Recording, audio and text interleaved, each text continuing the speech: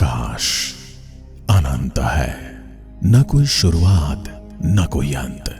जैसे नींद में देखा गया एक सपना जो हर सुबह जागने के बाद भी खत्म नहीं होता। कितना बड़ा है ये आकाश, कितनी दूर तक फैली है ये आकाश गंगाएं। बरसों तक इंसान ने सिर उठाकर तारों को बस निहारा है, मगर अब इंसान ने उसे नापने की हिम्मत जुटाई है। ताजा वैज्ञानिक अनुमान कहते हैं कि ब्रह्मांड 93 अरब प्रकाश वर्ष जितना चौड़ा है।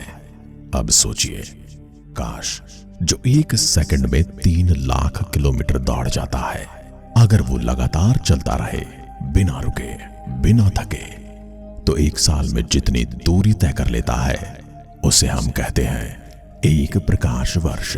तो 93 अरब प्रकाश वर्ष ये कोई संख्या नहीं, ये तो हमारी कल्पना की सीमा है। हो सकता है हमारी सीमाओं के पार भी फैला हो ये ब्रह्मांड।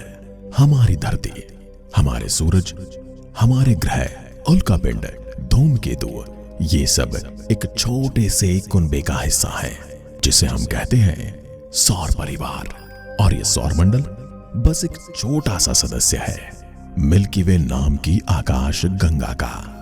मिल्की वे एक ऐसी नगरी जो अरबों तारों से सजी है। अरबों तारे इसमें जगमगाते हैं और ऐसे ही न जाने कितनी ही आकाश गंगाएं हैं।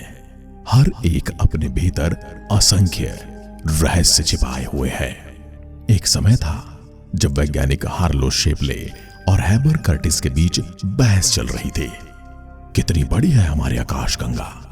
शेपले कहते थे 3 लाख प्रकाश वर्ष, कर्टिस कहते थे नहीं, सिर्फ 30,000।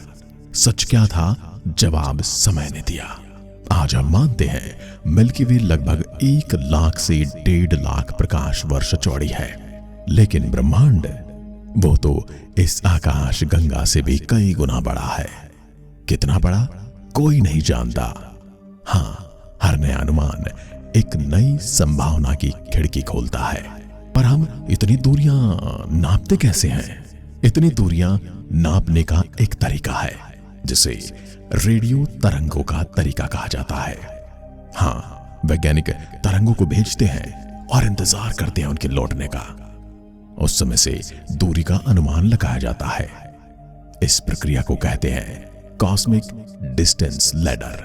पुएर्तो रिको में एक विशाल दूरबीन है, एरिसीबो, मगर ब्रह्मांड इतना विशाल है कि रेडियो वेव्स भी सीमित पड़ जाती हैं। तब काम आता है रेड शिफ्ट। जैसे जैसे सितारे हमसे दूर जाते हैं, उनकी रोशनी लाल पड़ने लगती है। इस रेड शिफ्ट के जरिए हम समझते हैं कि वो हमसे कितने दूर हैं। 1908 में एक महिला वैज्ञानिक आई, हेनरिटा स्वान लियाविट। उन्होंने सेफिड नामक चमकीले सितारे की खोज की। इन सितारों की चमक हमें बताती है कौन कितनी दूरी पर है। उसी आधार पर आज हम जानते हैं कि एंड्रोमेडा गैलेक्सी, हमारी पड़ोसी आकाश गंगा, हमसे लगभग 2.5 मिलियन प्रकाश वर्ष की दूरी पर है। लेकिन क्या हम कभी सच में जान पाएंगे कि ब्रह्मांड कितना बड़ा है? शायद नहीं, क्योंकि ब्रह्मांड लगातार फैल रहा है। जिसे हम नापते हैं वो अब तक और ज्यादा बड़ा हो चुका है।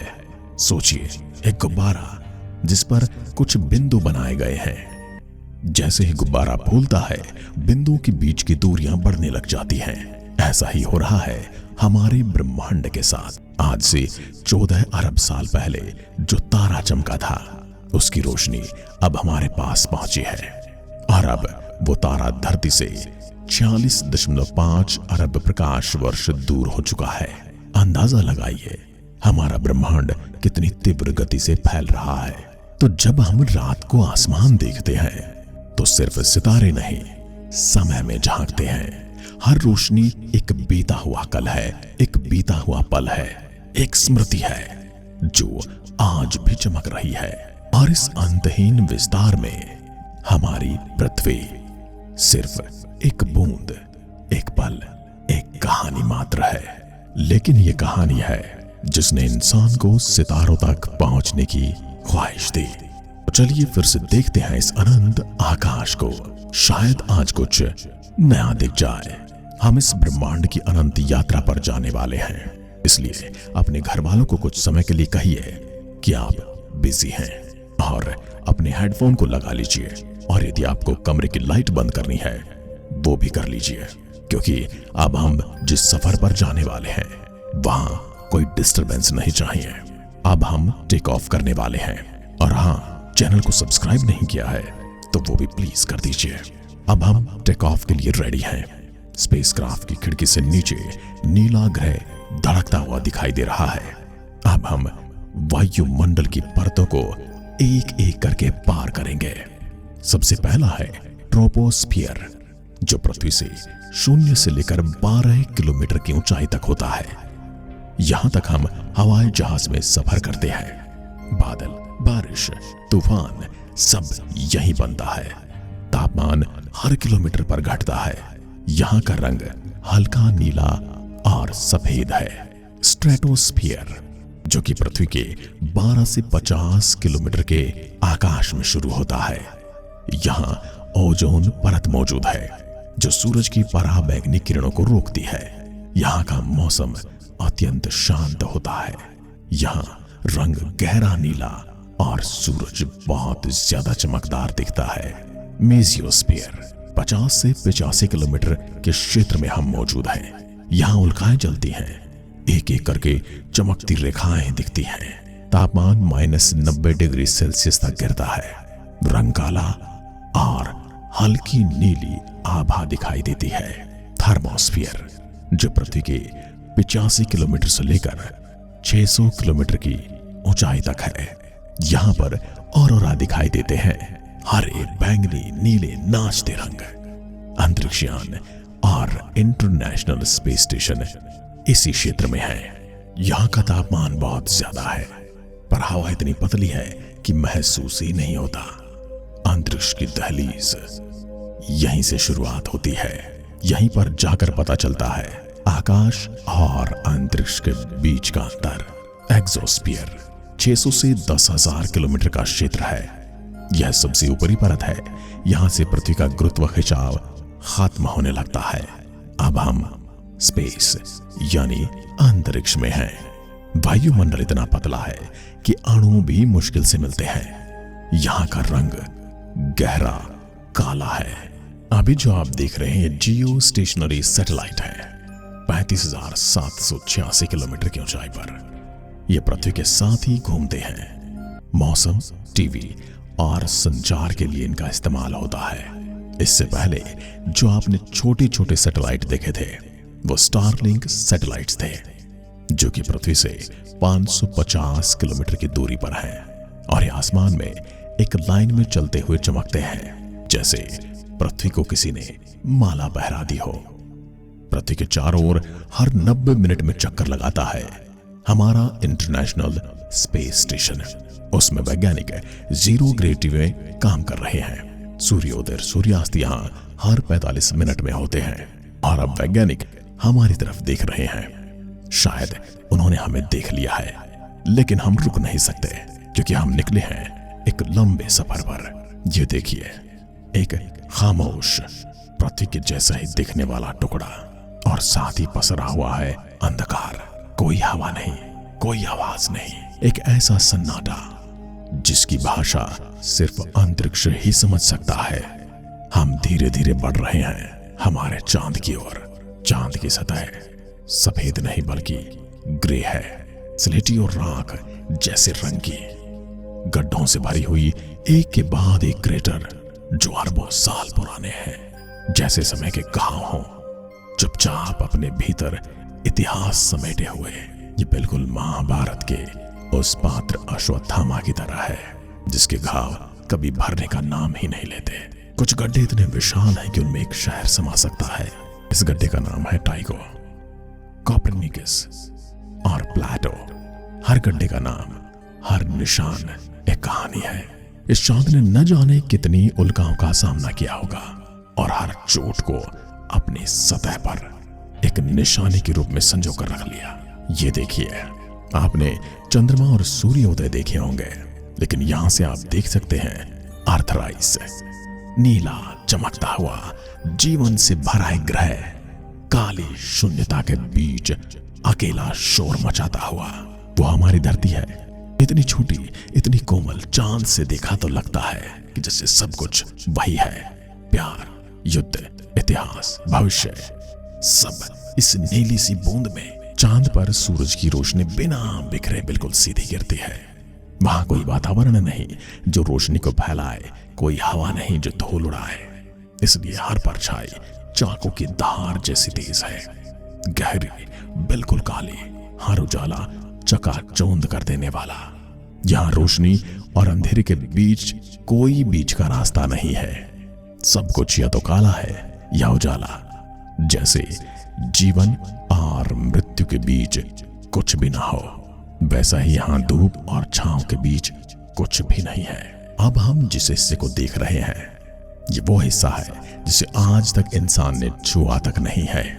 हालांकि भारत की इसरो ने चंद्रयान 3 को यहां पर उतारा है, लेकिन इंसान फिर भी यहां नहीं पहुंचा है। ये चंद्रमा का दूर का हिस्सा, the far side of the moon, जो पृथ्वी से हमें कभी दिखाई नहीं देती।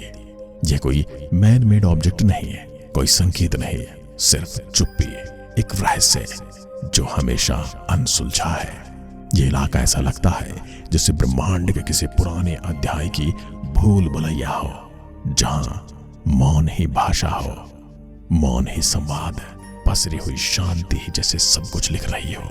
ये चांद का वो हिस्सा है जहां नील आर्मस्ट्रांग ने पहली बार चांद पर कदम रखा था। अपोलो मिशन की निशानियां हैं। अंतरिक्ष यात्री खामोश हैं। आप सब लोग इतने खामोश क्यों हैं और आपकी आंखें नम क्यों हैं? मैं समझ गया, क्योंकि आप जानते हैं कि आप उन गिने चुने लोगों में से हैं जिन्होंने चांद को इतने करीब से देखा है। हमने अपनी जिंदगी की ज्यादातर बातें चांद की ओर देखकर सीखी थी। अब जब वो इतना करीब है तो लगता है कि जैसे कोई पुराना दोस्त मिल गया हो, लेकिन हम ज्यादा समय यहाँ पर नहीं बिता सकते। भले ही चांद से हमारे बचपन का नाता है, हमें इसे पीछे छोड़कर आगे बढ़ना होगा। हम जानते हैं कि चांद पीछे छूट रहा है, वो छोटा होता जा रहा है, लेकिन उसके गड्ढों, उसकी रेखाओं, उसकी परछाइयों का चित्र दिल में बस गया है। हम आगे बढ़ रहे हैं मंगल की ओर, बृहस्पति की ओर, लेकिन चांद की खामोश मुलाकात हमेशा के लिए रह जाएगी। हमने चांद को देखा और उसने हमें, और उस एक पल में हम सिर्फ यात्री नहीं थे, हम ब्रह्मांड के साक्षी थे, हम जीवन के साक्षी थे। और हम कह रहे थे कि कोई है जो तुम्हें रोज देखता है, बस तुमसे मिल नहीं पाता। यात्रीगण कृपया ध्यान दें। अब हम चांद की सरहदों से निकलकर एक ग्रह की ओर बढ़ रहे हैं। तापमान बढ़ रहा है, उपकरण गर्म हो रहे हैं, पर आपको घबराने की जरूरत नहीं है, क्योंकि हमारे स्पेसक्राफ्ट में ऐसी सुविधा है जो गर्मी और सर्दी दोनों का मुकाबला कर सकती है। देखिए, एक छोटी सी बिंदी जैसा ग्रह नजर आ रहा है। यही है बुध ग्रह। ये ग्रह सूरज का सबसे वफादार साथी है, सबसे करीब और शायद सबसे अकेला भी। अक्सर ज्यादा ऊंचाइयों पर लोग अकेले रह जाते हैं, इसलिए ऊंचाइयां उतनी ही सही हैं जिसमें अपनों का साथ न छूटे।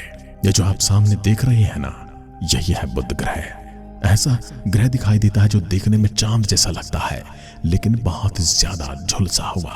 कोई बादल नहीं, कोई हवा नहीं, सतह पर गड्ढे, पर यहां परछाइयां और ज्यादा तीखी हैं। बुध सौरमंडल का सबसे छोटा ग्रह है, लेकिन इसका अकेलापन विशाल है। यहां दिन में तापमान 430 डिग्री सेल्सियस तक पहुंचता है और रात में -180 डिग्री सेल्सियस तक गिर जाता है। हम बुध की सतह के ऊपर मंडरा रहे हैं, इसलिए जो चीज आप खिड़की से देख रहे हैं वो बुध ग्रह है और उसके विशाल गड्ढे, कोलारिस बेसिन, एक ऐसा गड्ढा जो सैकड़ों किलोमीटर चौड़ा है। उसके पास बिखरी चट्टाने, चुपचाप पिघली हुई मिट्टी। बुध पर न कोई वायुमंडल है, न हवा, न बारिश।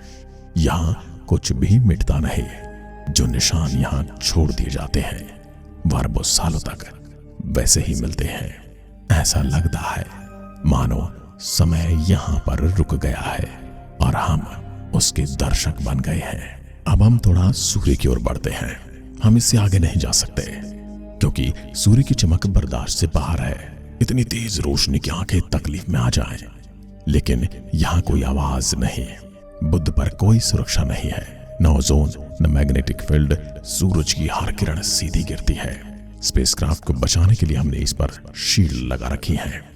हम वहां हैं जहां इंसानी शरीर पिघल जाए, लेकिन हमारी मशीनें बोल रही हैं और देख रही हैं और हमें यहां से चलने का इशारा कर रही हैं। बुध पर एक दिन पृथ्वी के 59 दिन जितना लंबा होता है और एक साल केवल 88 दिन का। यहाँ दिन बहुत लंबा है और बहुत ज्यादा खतरनाक। जब सूरज उगता है तो वो पूरे आसमान पर आग जैसा फैल जाता है। यहाँ सूर्य बड़ा विशाल दिखाई देता है। जब रात आती है तो ऐसा लगता है जैसे सारी गर्मी किसी ने चूस ली हो और सिर्फ बर्फीली मौत बाकी रह गई हो। बुध पर हर दिन जीवन और मृत्यु का युद्ध होता है, लेकिन यहाँ कोई जीतता नहीं। सिर्फ आग और बर्फ का संतुलन बनता रहता है। इन दोनों के बीच में कोई ऐसी जगह नहीं है जहां जीवन के लिए सुलह की जा सके। ये देखिए, बुध ग्रह की सतह पर हमें हमारे स्पेसक्राफ्ट की परछाई दिखाई दे रही है। यह हल्का सा काला निशान सूर्य के इतने पास। वो परछाई बुध के लिए एक संकेत है कि कोई यहां आया था। बुध कुछ नहीं कहता, पर हमें देखता है जैसे वो जानता हो कि ये मुलाकात चुपचाप ही सही पर ऐतिहासिक है। अब हम बुध की कक्षा से बाहर निकल रहे हैं। ये देखिए, ये पीछे जो ग्रह छोटा होता जा रहा है, हमारी खिड़की से वो अब सिर्फ एक भूरा बिंदु है, लेकिन उसका अकेलापन, उसकी झुलसी हुई परछाइयां और उसका धीरज हमारे भीतर गूंज रहा है। बुध ने हमें दिखाया कि सौर मंडल का सबसे छोटा ग्रह भी कितनी बड़ी कहानी कह सकता है। हमने सूरज के पास झांका और वहां पाया एक शांत तपता हुआ रहस्यमय ग्रह। अब हमारा स्पेसक्राफ्ट बुध ग्रह की कक्षा को छोड़ चुका है। हालांकि रास्ते में हम चांद और पृथ्वी पर जा सकते हैं क्योंकि ये रास्ते में पड़ते हैं, लेकिन हमें तो जाना है। इस अनंत सफर पर तो हम सीधे निकलते हैं। ये ग्रह है शुक्र। धरती से सिर्फ लगभग 4.1 से 6.1 करोड़ किलोमीटर की दूरी पर। ये दूरी घटती बढ़ती रहती है। हमारी बहन। एक समय था जब इसे दूसरी पृथ्वी कहा गया, लेकिन आज वो एक सुनहरी धुंध में छिपा एक रहस्य है जो आग, गंधक और दबाव से बना है। जैसे ही हम इस ग्रह के पास पहुंचते हैं, हमारे सामने एक चमकदार बादलों से ढका हुआ ग्रह दिखाई देता है। कोई क्रेटर नहीं दिखता, कोई सतह नहीं, बस गाढ़े पीले जहरीले बादल। जहरीले? हाँ, शुक्र का वायुमंडल कार्बन डाइऑक्साइड से भरा है। इतना घना है कि वहां का वायु दाब धरती से 92 गुना ज्यादा है और तापमान 465 डिग्री सेल्सियस से भी ऊपर, यानी शीशा भी पिघल जाए। शुक्र हमें देख रहा है, लेकिन उसकी आंखों में नमी नहीं, आग है। यहाँ बादल पानी के नहीं, सल्फ्यूरिक एसिड यानी तेजाब के बने हैं। यहाँ का तापमान बहुत ज्यादा है, इसलिए हम रोबोटिक लैंडर को ही शुक्र ग्रह के वायुमंडल में भेजते हैं। तेज हवाएं 330 किलोमीटर प्रति घंटा की रफ्तार से, लेकिन सतह के पास पहुंचते ही सब कुछ भारी और धीमा हो जाता है, जैसे किसी मोटे तेल से भरे समंदर में उतर रहे हो। शुक्र का वायुमंडल सिर्फ जलता नहीं, वो हमें कुचलता भी है। हर सेकंड ऐसा लगता है जैसे कोई अदृश्य हाथ तुम्हें जमीन में दबा रहा हो, जैसे तुम्हारे ऊपर किसी हाथी ने पैर रख दिया हो। नीचे सतह पर उतरते ही सब कुछ नारंगी दिखाई देता है। बादलों की मोटी चादर सूरज की रोशनी को एक धुंधले पीले रंग में बदल देती है। चारों ओर ज्वालामुखी की निशानियां हैं, लावा की जमी हुई नदियां, टूटे हुए पहाड़ और चुपचाप बिखरी राख। यहाँ कुछ भी हरा नहीं है, न आकाश नीला है, न जमीन ठंडी। यहाँ सिर्फ भूरे, नारंगी और गाढ़े सुनहरे रंगों का अजीब सा सपना है। क्या हम यहाँ पर कुछ सुन सकते हैं? चलिए माइक्रोफोन ऑन करते हैं। लेकिन शुक्र तो चुप है, उसकी आवाज नहीं है, सिर्फ दबाव की एक गूंज है। धुंध की सरसराहट है और हमारी मशीनों की सांसें। शुक्र पर हर पल ऐसा लगता है जैसे कुछ कहना चाहता है, लेकिन उस पर पड़ा वायुमंडल का भारी कंबल उसकी आवाज को गूंगा बना देता है। कभी लगता था शुक्र पर पानी होगा, जीवन होगा। कुछ वैज्ञानिकों ने वहां माइक्रोबायल लाइफ की उम्मीद भी जताई थी, लेकिन जैसे जैसे विज्ञान बढ़ा, शुक्र एक सपना बनता गया, एक ऐसा सपना जो आग में जल गया। शुक्र हमारे लिए चेतावनी है कि अगर वातावरण के साथ खिलवाड़ किया जाए तो जीवन वाली दुनिया भी नरक बन सकती है। चलिए, इस ग्रह पर ज्यादा देखने के लिए कुछ नहीं है, हमें लंबी यात्रा पर जाना है, इसलिए हम यहाँ से निकलते हैं। हम शुक्र से बाहर निकल रहे हैं। पीछे छूटती जा रही है वो सुनहरी गेंद जो हर रोज पृथ्वी के आकाश में सबसे चमकदार ग्रह बनकर उगती है। ये हमें तारे के समान दिखाई देता है, लेकिन अब हम जानते हैं उस चमक के पीछे एक तूफान है, गहरा दर्द है। शुक्र अब भी दिखता है सबसे सुंदर, पर वो सुंदरता खतरनाक है, भयानक है, डरावनी है, जैसे गुलाब का फूल जिसकी पंखुड़ियां गर्म लोहे की हों और कांटे झुलसते हुए लावे के। अब हमारा स्पेसक्राफ्ट शुक्र ग्रह को पीछे छोड़ चुका है। यहाँ से सूरज की रोशनी धीमी पड़ने लगी है। अंतरिक्ष में जिस गर्मी से हम डर रहे थे, अब वो ठंड में बदल रही है। गहरी ठंड और अद्भुत शांति हर जगह फैली हुई है। मगर अब धीरे धीरे एक नया ग्रह सामने आ रहा है। हाँ, ये है मंगल। उसका लाल रंग उसे दूसरे ग्रहों से अलग बनाता है और यही रंग उसकी पूरी पहचान बन चुका है। ये ग्रह जो कभी पृथ्वी से मिलता जुलता था, वैज्ञानिक तो ये भी कहते हैं यहाँ पर जीवन था, अब एक सर्द, वीरान और रहस्यमयी दुनिया बन चुका है। वो देखिए खिड़की से, वो सुर्ख लाल ग्रह, यही है मंगल। उसके चारों ओर पतली सी वायुमंडलीय परत है जो उसे कुछ ढका हुआ महसूस कराती है, जैसे आपने किसी सर्द ऋतु में पतली सी चादर ओढ़ ली हो जो आपको ढका हुआ तो दिखाती है, परंतु फिर भी आप तापमान की मार से नहीं बच पाते। पृथ्वी और शुक्र के बीच मंगल पर हवा हल्की सी है, लेकिन कहीं न कहीं हमें यह आभास होता है कि एक समय यहाँ जीवन था, अब वो कहीं खो चुका है। मंगल की सतह पर पुराने ज्वालामुखी और विशाल कैनियन दिखाई देते हैं। यह ग्रह एक बार गर्म और गीला रहा होगा, लेकिन अब जो बचा है वो एक बर्फीली सूखी दुनिया है। क्या इस ग्रह पर कभी जीवन था? क्या यहाँ से कभी जीवन का संकेत आएगा? हम स्पेसक्राफ्ट के लैंडिंग पॉइंट के पास पहुंचते हैं। हम देखते हैं कि मंगल की सतह पर हल्की सी लाल धूल है जो धीमे धीमे बहती रहती है। यहाँ की हवा बहुत पतली है और अब आप सांस लेने की कोशिश करते हैं तो लगता है जैसे किसी ने हवा से सभी तत्व निकाल लिए हों। मंगल के वायुमंडल में मुख्य रूप से कार्बन डाइऑक्साइड है और यहाँ का वायुदाब भी पृथ्वी से बहुत कम है, लेकिन फिर भी कुछ खास आकर्षक चीजें हैं जो हमें दिखती हैं। ओलंपस मॉन्स, जो सौरमंडल का सबसे बड़ा ज्वालामुखी है। जी हाँ, सौरमंडल का। मंगल धरती से इतना दूर होकर भी हमें अपनी चुप्पी में कह रहा है, मैंने एक समय जीवन देखा है पर उसे संजो कर नहीं रख सका, पर तुम रखना। अब मैं सिर्फ खामोश हूं। क्या हम उस खामोशी को तोड़ सकने में कामयाब होंगे, या फिर हम भी मंगल की तरह एक दिन ऐसे ही खामोश हो जाएंगे? हमारा स्पेसक्राफ्ट अब ओलंपस मॉन्स के करीब पहुंच रहा है। यह ज्वालामुखी 22 किलोमीटर ऊंचा है।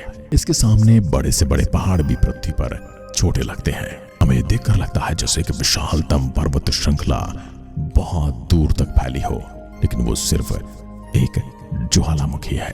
मंगल की धरती पर जगह जगह बड़े गड्ढे और कैनियन नजर आते हैं जो किसी बड़े जल प्रवाह के संकेत हो सकते हैं। शायद यहाँ कभी पानी था, जो उस जीवन के अवशेष हो सकते हैं जो कभी था। यहाँ ओलंपस मॉन्स की चोटी से हम सोचते हैं, क्या मंगल पर जीवन कभी फिर से खिल सकता है?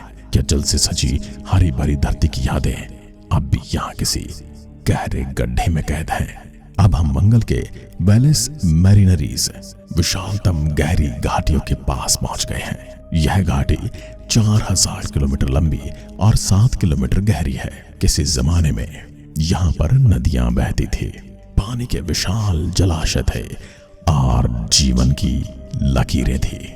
अब हम इस घाटी में झांकते हैं तो हमें लगता है जैसे यह एक जिंदा इतिहास का हिस्सा हो जो हमें चुपके से बताता है, मैंने एक समय पानी देखा था, लेकिन अब मैं सिर्फ सूखा और खामोश हूँ। यहाँ जीवन की उम्मीद किसी धुंधले सपने की तरह बुझ चुकी है, लेकिन कभी कहीं न कहीं हो सकता है मंगल पर जीवन रहा हो या आने वाले समय में हो। हम मंगल की सतह पर लैंड कर रहे हैं। हम देखते हैं बर्फीला लाल रंग का माहौल, हरे और नीले रंगों से खाली, लेकिन हमारी आंखें उन छिपी हुई यादों को महसूस करती हैं जो मंगल की चुप्पी में दबी हैं। वायुमंडल के धुंधलेपन में मंगल के सूर्यास्त का दृश्य बड़ा रहस्यमय है। सूर्य जो धीरे धीरे मंगल के क्षितिज से नीचे डूबता है, उसका रंग सुनहरे से गुलाबी होते हुए लाल हो जाता है। मंगल का सूर्यास्त ऐसा किसी और जगह का नहीं, किसी और ग्रह पर नहीं, या किसी खोई हुई दुनिया के आशीर्वाद जैसा है। इतना सुंदर सूर्यास्त, काश यहाँ पर कोई सेल्फी लेने वाला होता। अब हम मंगल ग्रह को छोड़ने की तैयारी कर रहे हैं, पर क्या आप चाहते हैं कि अगले ग्रहों पर जाने से पहले हम छोटा सा ब्रेक ले लें और इस यात्रा को एक ब्रेक के बाद कंटिन्यू करें?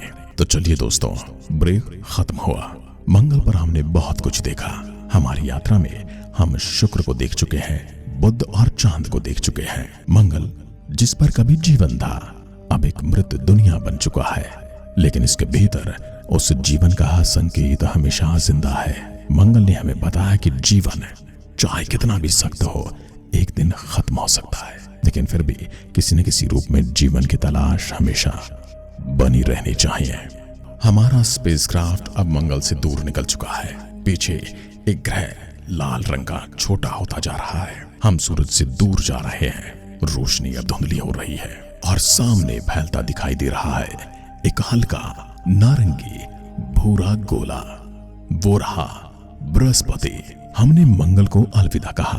अब हमारे सामने एक राक्षसी या कहे कि एक जायंट ग्रह है बृहस्पति, जो रहस्यों से भरा है और जिसके बाद से शुरू होता है सौरमंडल का अगला अध्याय, द जायंट जुपिटर। जैसे जैसे हम बृहस्पति की ओर बढ़ते हैं, सूरज की रोशनी और कम होती जाती है। चारों ओर गहरा अंधेरा और बेहद ठंड है।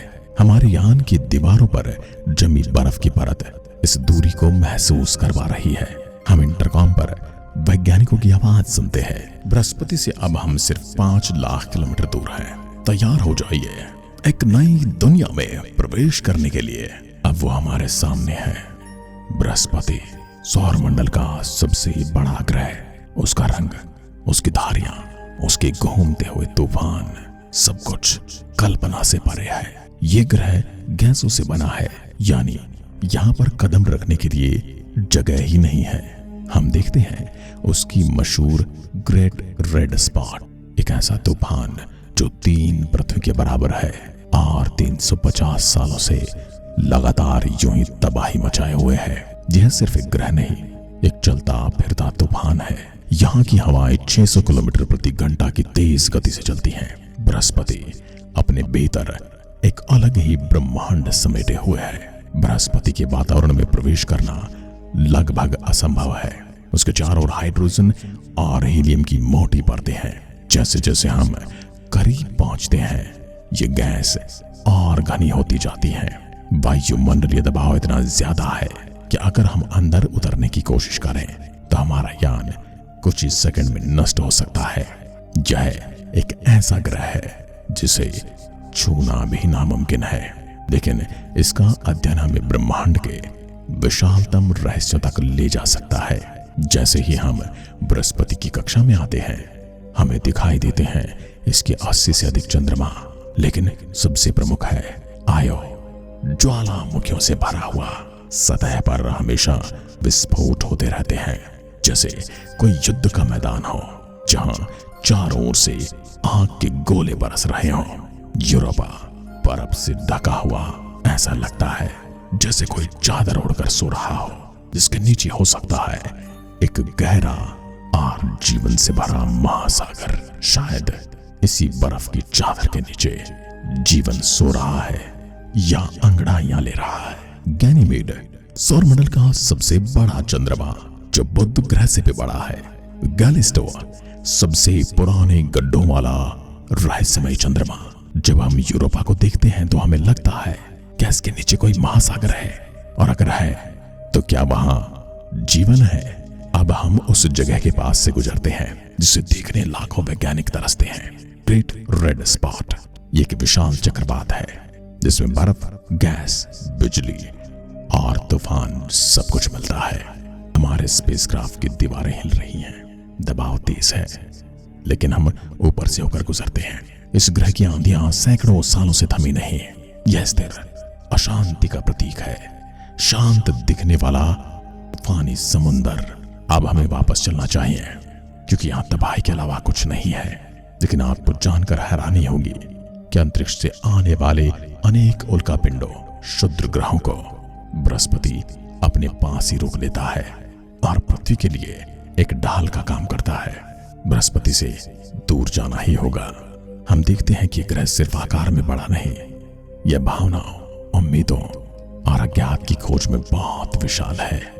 यह एक गुरु की भांति है जो पृथ्वी को सही दिशा में आगे बढ़ने की प्रेरणा ही नहीं देता, बल्कि अंतरिक्ष से आने वाले अनजान खतरों से भी उसे बचाता है। बृहस्पति ने हमें दिखाया कि हर सवाल का जवाब सिर्फ जमीन पर नहीं, कभी कभी आसमान या गैसों में भी छुपा होता है।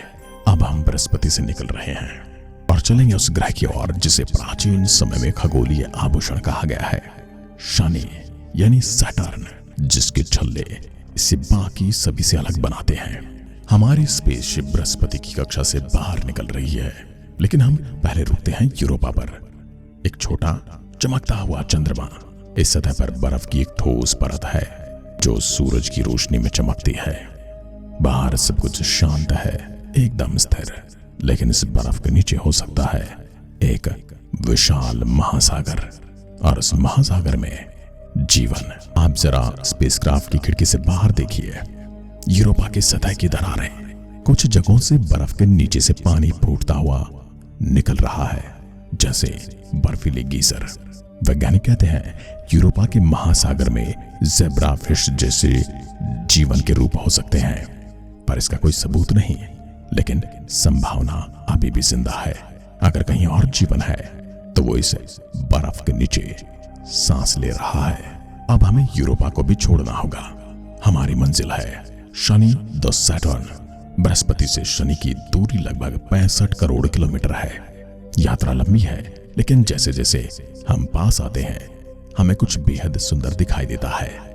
एक गोल पीला ग्रह और उसके चारों ओर फैले हुए छल्लों की चमकदार परतें, जैसे किसी ने ब्रह्मांड के सबसे सुंदर गहने को एक ग्रह की गर्दन में पहना दिया हो। हमारी स्पेसशिप शनि के पास पहुंच रही है। इतने पतले कि आप खड़े होकर देख सकते हैं, लेकिन इतने चौड़े कि उनका फैलाव लगभग 2.8 लाख किलोमीटर तक का है। इन बर्फ के छल्लों से होकर ही हमें जाना है। इन छल्लों में बर्फ, धूल और चट्टानों के लाखों करोड़ों टुकड़े हैं। हर एक टुकड़ा सूर्य की रोशनी से चमकता है जैसे हीरा।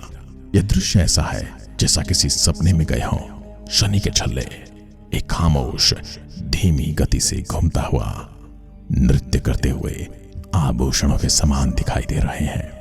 हम अब शनि के वायुमंडल के ऊपर हैं। आपकी जानकारी के लिए बता दूं, ये ग्रह पूरी तरह से गैसों से बना है, इसलिए कोई भी यहाँ उतरने की नहीं सोचेगा। हाइड्रोजन और हीलियम इसकी मुख्य रचना है। यहाँ पर हवाएं बृहस्पति से भी तेज चलती हैं, 1800 किलोमीटर प्रति घंटा तक। वायुमंडल में हल्की सुनहरी और पीली लहरें हैं। जमीन का नामो निशान नहीं है। अगर आप गिरे तो आप नीचे गिरते ही रहेंगे और अंततः हमेशा के लिए शनि का हिस्सा बन जाएंगे। शनि एक रंगीन बादल है जिसकी गहराई अनंत है। यह एक ग्रह नहीं, एक भटकता हुआ सपना है जिसकी अपनी कोई जमीन ही नहीं है। ये वो हवाई महल है जिसे आप देख तो सकते हैं, पर उसमें रह नहीं सकते। शनि के पास 145 से ज्यादा चंद्रमा है, पर दो नाम बड़े खास हैं। टाइटन, पृथ्वी की तरह एक मात्र चंद्रमा जिसकी ठोस वायुमंडलीय परत है। यहाँ मीथेन की झीलें हैं, पहाड़ और बारिश होती है, और कहीं इंसान जा सकता है तो शायद सबसे पहले यही जाना चाहेगा।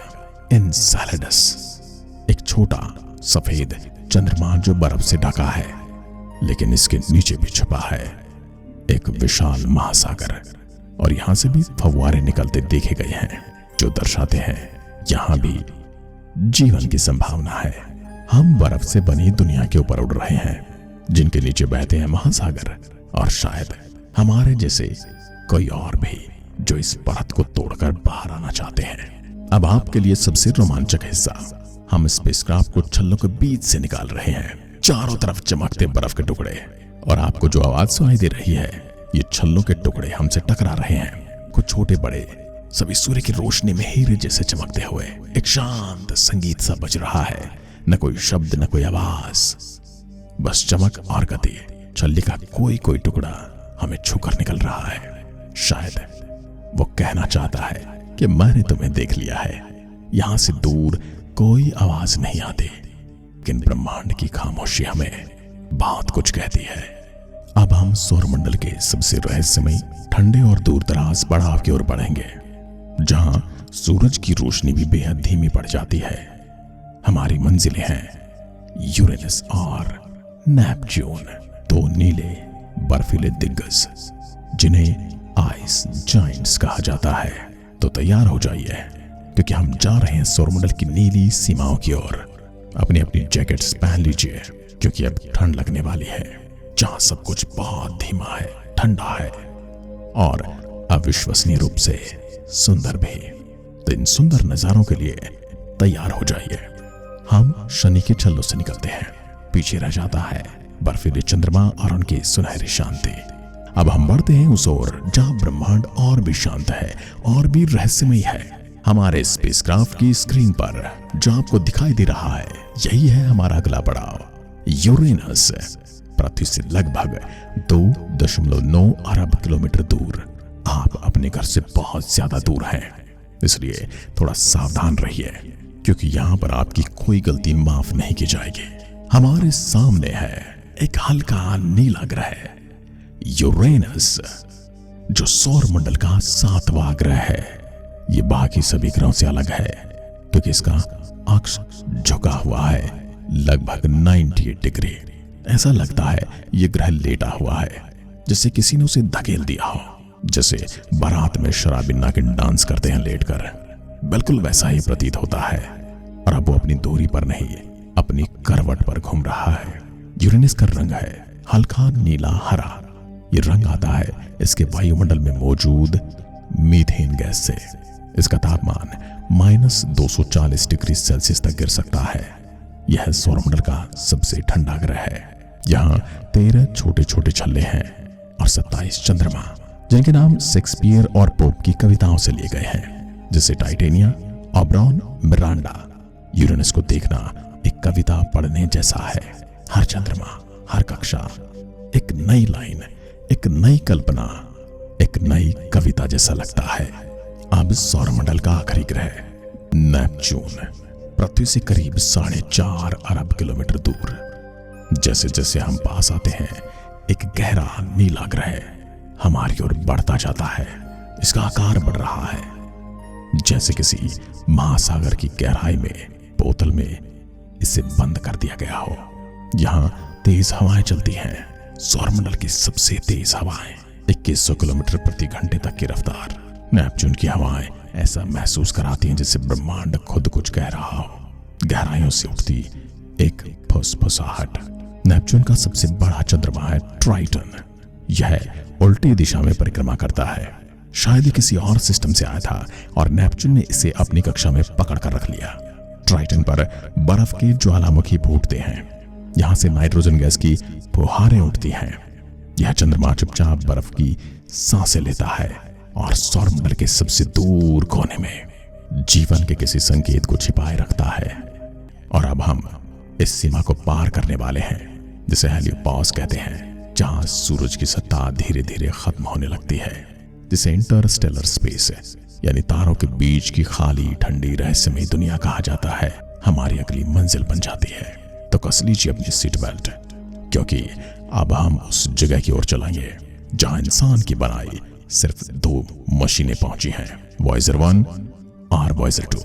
हमारे पीछे रह जाते हैं नेपच्यून और उसका चंद्रमा ट्राइटन। अब हमारे सामने आती है कुइपर बेल्ट, एक विशाल बर्फीली चट्टानों की अंगूठी जो सूर्य की सीमा को घेरे हुए है।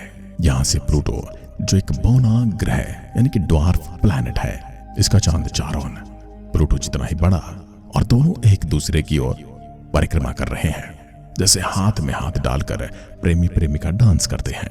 यह जगह अंधेरी है लेकिन बड़ी ही दिलचस्प, जैसे कोई सुनसान रेगिस्तान जिसमें रहस्यमयी खजाने दबे हुए हैं।